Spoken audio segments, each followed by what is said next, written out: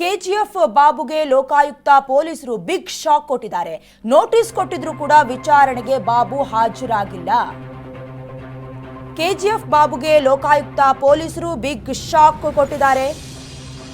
Notice ಕೊಟ್ಟಿದ್ರು ಕೂಡ ವಿಚಾರಣೆಗೆ ಬಾಬು ಹಾಜರಾಗಿಲ್ಲ. ಲೋಕಾಯುಕ್ತ ನೋಟಿಸ್ಗೆ ಬಾಬು ಡೋಂಟ್ ಕೇರ್.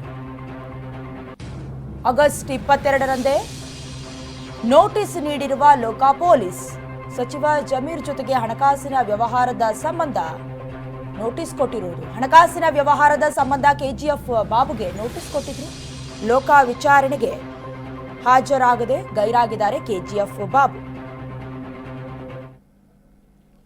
ಅಕ್ರಮ ಆಸ್ತಿ ಗಳಿಕೆ ಪ್ರಕರಣದ ಸಂಬಂಧ ವಸತಿ ಸಚಿವ ಜಮೀರ್ ಅಹ್ಮದ್ ಖಾನ್ ಜೊತೆ ವ್ಯವಹಾರ ಹೊಂದಿದ್ದವರಿಗೆ ಈಗಾಗಲೇ ನೋಟಿಸ್ ಅನ್ನ ಲೋಕ ಪೊಲೀಸರು ಕೊಡ್ತಾ ಇದ್ದಾರೆ. ಈ ಹಿಂದೆ ರಾಧಿಕಾ ಕುಮಾರಸ್ವಾಮಿ ಅವರಿಗೂ ಕೂಡ ವಿಚಾರಣೆಗೆ ಒಳಪಡಿಸಲಾಗಿತ್ತು. ಈಗ ಕೆಜಿಎಫ್ ಬಾಬು ಅನ್ನ ಕೂಡ ನೋಟಿಸ್ ಕೊಟ್ಟಿದ್ದಾರೆ. ಆದರೆ ವಿಚಾರಣೆಗೆ ಹಾಜರಾಗಿಲ್ಲ ಅನ್ನುವಂತಹ ವಿಚಾರಗಳು ಲಭ್ಯ ಆಗಿರೋದು. ಅಂದ್ರೆ ದಾಖಲೆ ಸಮೇತ ವಿಚಾರಣೆಗೆ ಹಾಜರಾಗಬೇಕು ಅಂತ ಲೋಕಾಯುಕ್ತರು ನೋಟಿಸ್ ಅನ್ನ ಜಾರಿ ಮಾಡಿರೋದು. ನೋಟಿಸ್ ತಲುಪಿದ 7 ದಿನಗಳ ಒಳಗೆ ಹಾಜರಾಗಬೇಕು ಅಂತ ಹೇಳಿದ್ರು. ಇದೇ ಪ್ರಕರಣದಲ್ಲಿ ಹೇಳ್ತಾ ಇದ್ವಿ, ರಾಧಿಕಾ ಕುಮಾರಸ್ವಾಮಿ ಅವರನ್ನ ಕೂಡ ಲೋಕಾಯುಕ್ತ ಪೊಲೀಸರು ವಿಚಾರಣೆಗೆ ಅಂತ ಒಳಪಡಿಸಿದ್ರು.